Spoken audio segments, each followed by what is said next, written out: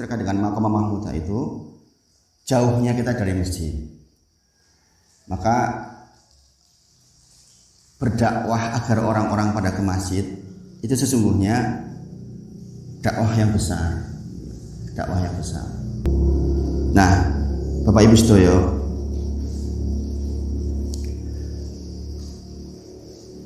pada waktu kita diberi kesempatan oleh Allah seperti ini, yang insya Allah bisa untuk sanggup kita nanti meninggal, ya insya Allah, itu pastikan sujud kita itu sujud yang hadir. Ini agak sedikit dalam, mudah-mudahan jangan salah pahami. Jadi banyak orang yang sujud ketika sudah ada kasih kesempatan sholat dalu, kemudian sholat subuh, sholat qobliyah subuh, sujudnya itu fisik saja. Padahal yang dimaksud untuk mencapai derajat Maqamah Mahmudah, sujudnya itu beserta dengan kesadaran hati. Maksudnya ngaten. Kita tahu nih, fisiknya sujud itu kepala kita kan di bawah nih. Dan dikatakan sebagai salah satu waktu terdekat kita dengan Allah. Gini Bang. Bagian yang paling penting diletakkan di bawah. Maka pada saat itu sesungguhnya kita juga sedang merontokkan sifat-sifat buruk kita. Kadang-kadang dengan kelebihan yang kita miliki, kita kadang-kadang agak-agak sedikit sombong gitu. Maka pada saat itu benar-benar diletakkan betul dan hadir bahwa iya memang saya itu nggak mampu apa-apa. Rumusnya apa semalam? Yang baik-baik dari Allah, famin Allah, yang buruk-buruk dari kita. Jadi kalau ada yang baik-baik, prestasi anak kita baik, kehidupan ekonomi kita baik, famin Allah, itu dari Allah.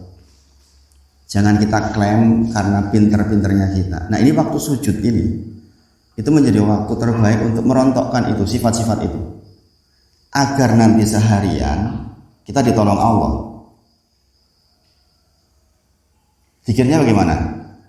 Ya Hayyu ya Qayyum bi rahmatika astaghis. Aslih li sa'niku lahu wa la takilni ila nafsi tarfata ainin abadan. Ada yang tarfata ain saja. Sebagian redaksi tarfata ainin abadan. Wahai yang maha hidup, wahai maha yang tempat kita bersandar, bi rahmatika dengan rahmatmu astaghis. Kita minta tolong kepada Allah. Aslih li sa'niku lahu wa la takilni ila nafsi. Mohon kepada Engkau ya Allah, ringankanlah urusanku, mudahkanlah urusanku, wa la takilni, dan jangan berikan kepadaku urusan itu, urusan kita di dunia ini, urusan anak kita, urusan ekonomi kita, ila nafsi, kepada diri kita, tarfata ainin, apa? Ripat ya. Walaupun hanya sekejap mata, abadan, selama-lamanya. Karena sekali kita dibebankan soal oleh Allah, nggak ditolong oleh Allah, tuh repotnya tuh luar biasa. Dan sekali lagi itu dimulainya juga pagi hari. Ini salah satu zikir pagi kita, nggih. Gini bang, nggih. Jadi kan sudah rutin zikir pagi, zikir petang, tidak? Saya sangat berharap yang hadir pagi ini punya buku-buku kayak gini lah, buku kecil kayak gini, hanya 5.000 nih harganya nih, untuk zikir pagi, zikir petang kita. Bukunya beli, kalau beli perlu online banyak, beli yang banyak dibagikan ke orang-orang. Yang salah satu isinya adalah tadi, ya Hayyu ya Qayyum bi rahmatika astaghis. Kita kadang-kadang mengatakan, aduh aku ruwet banget uripku, sing macul salah, sing iki salah, sing iki salah, sing iki saling pekerjaan salah. Ya Hayyu ya Qayyum bi rahmatika astaghis. Aslih li sa'niku lahu wa la takilni ila nafsi tarfata ainin abadan. Maka segala urusan akan diperingan oleh. Kemudian kita berharap selamat seharian, ya. Apalagi Pak Murdiono yang sering tidak-tidak ya, pakai kendaraan. Sekarang sudah istirahat atau taksi Pak? Tak masih. Itu zikir ini menjadi zikir penting banget ya. Bismillahirrahmanirrahim, la yadurru ma asmihi syai'un fil ardi wala fis sama wa huwa samiul alim. Man qala, sing sinten kemawon mengatakan bismillahirrahmanirrahim la yadurru ma asmihi syai'un fil ardi wala fis sama salah samarotin, 3 kali di pagi hari, maka Allah jamin kepada dia tidak akan mendapatkan musibah yang sifatnya tiba-tiba sampai datang sore hari. Waman qolaha, dan barang siapa yang mengucapkan ha di situ berarti bismillahirrahmanirrahim la yajuru ma'asmi syai'un fil ardi wala fis sama wa huwa samiul alim 3 kali hina yumsi di sore hari, maka Allah akan jaga bagi dia dari yang sifatnya tiba-tiba kecelakaan sampai datang waktu pagi. Masya Allah. Kapan dilaksanakan zikir ini? Paling baik dilaksanakan setelah sholat subuh sampai datang syuruk, walaupun boleh sampai sehabis waktu duha. Habisnya waktu duha maka habisnya pula waktu zikir pagi kita. Zikir petang, sore, sebelum matahari terbenam, tetapi juga sebagian berpendapat sampai datang baru sebelum waktu isya habis.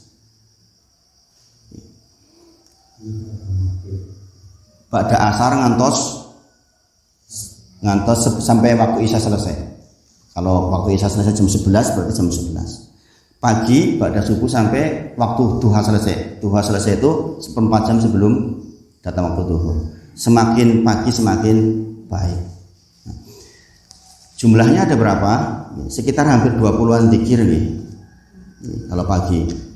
Maka saya sangat menyarankan pada panjenengan punya, kalau mungkin tiang sepuh mungkin tadi cilik-cilik tulisannya sampai tadi Bu Ruby kemarin cerios katanya sudah dibagikan kepada ibu-ibu yang kalau fotokopian besar ini selalu lebih mudah diwaos.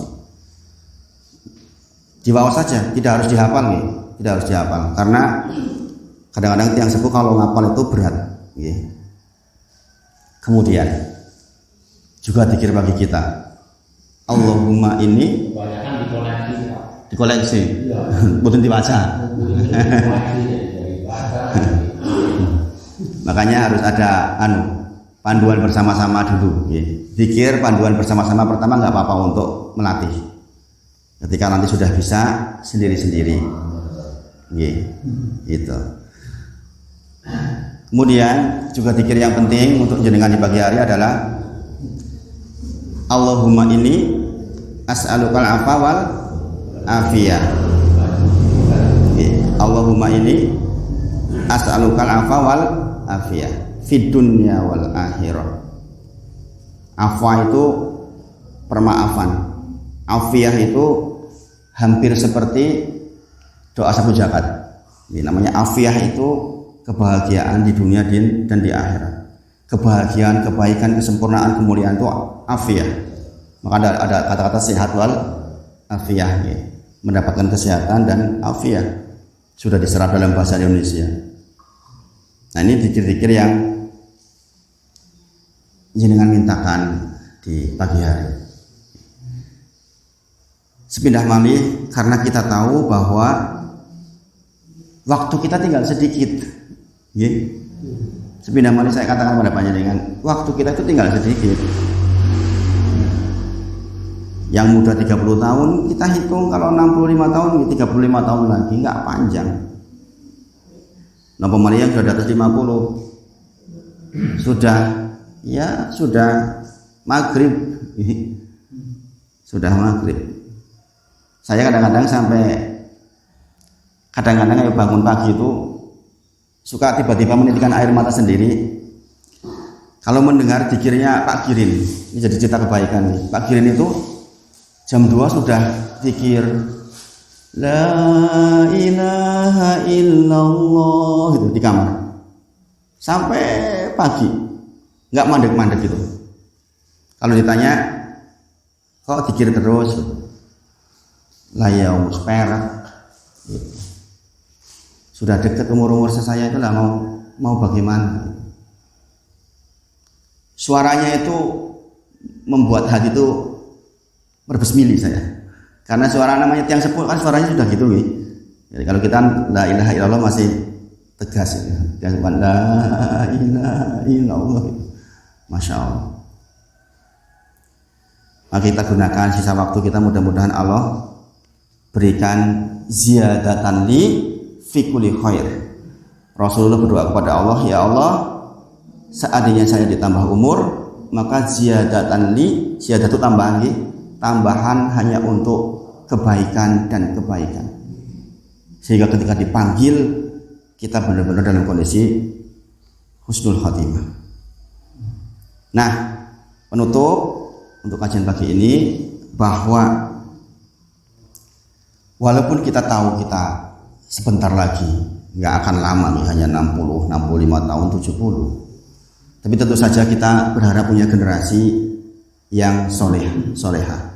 Anak-anak kita, keturunan kita, cucu-cucu kita, yang nanti ketika kita sudah di kuburan menjadi investasi terbaik buat kita, yang akan mendoakan kita, mengirimkan doa-doa untuk kita, mendoakan kita. Mungkin kalau kebetulan dibagi kekayaan akan bersedekah atas nama kita. Maka bekali anak-anak kita dengan salah satu yang sangat akan membantu mereka, menika bahwa Allah itu, ini bekal untuk anak-anak kita dan untuk kita sendiri insya Allah. Allah itu adalah zat yang memperkenankan doa. Ini ditanam sama diri kita dan anak kita. Jangan sampai anak kita itu bersandar kepada selain Allah. Bukankah dia Allah yang memperkenankan doa orang yang dalam kesulitan? Kita tahu nanti anak-anak kita akan dapatkan kesulitan. Bisnisnya, pekerjaannya pasti akan dapat tantangan. Maka ingatkanlah bahwa bukankah dia Allah yang memperkenankan doa orang yang di dalam kesulitan. Ini saya kalau baca ayat ini tuh sering nangis saya. Kapan itu? Apabila dia berdoa. Jadi ada kalimat aktif di situ. Anak kita dibekali bagaimana supaya tahu bahwa Allah itu yang akan memperkenankan dan mengurai kesulitan apabila apa? Apabila anak kita berdoa kepada Allah. Jadi ini yang perlu diinstal ke anak-anak kita, sehingga sepeninggal kita nanti orang tua, anak-anak kita sudah punya bekal itu. Maka saya juga berharap menjadi investasi terbaik buat orang tua saya. Saya selalu zikir, mendoakan mereka terus menerus, gak berhenti. Berharap mereka rahimahullah ta'ala diringankan di sana dan menghilangkan kesusahan dan menjadikan kalian sebagai manusia menjadi pemimpin. Jadi dialah Allah yang akan mengurai kesulitan, menghilangkan kesusahan. Kapan itu? Sekali lagi ketika berdoa. Nah, maka mudah-mudahan pagi ini menjadi awal kita untuk mempunyai hari-hari yang lebih baik di masa yang akan datang. Kita berdoa sisa waktu terus untuk tambahan kebaikan. Dan mudah-mudahan ini kegiatan seperti ini bisa diteruskan oleh Mas Hamid, oleh semuanya lah. Nanti semuanya juga bisa saling gantian jumlah wong yo sithik, ben sinau kabeh, ben saged sedaya insyaallah. Nah, saya kira itu yang disampaikan pagi ini. Mohon maaf kalau ada hal-hal yang kurang pas di hati. Yang 50 masih di belakang. Yang 50 masih di belakang. Itu yang perlu didoakan secara khusus gitu. Nggih, insyaallah. Nggih. Mudah-mudahan Allah segera kasih hidayah. Kita akhiri dengan kafaratul majlis. Subhanakallahumma bihamdika asyhadu an la ilaha illa anta astaghfiruka wa atubu ilaik. Wa akhiru da'wana alhamdulillahirabbil alamin. Assalamualaikum warahmatullahi wabarakatuh. Yang punya waktu bisa nunggu salat suruh.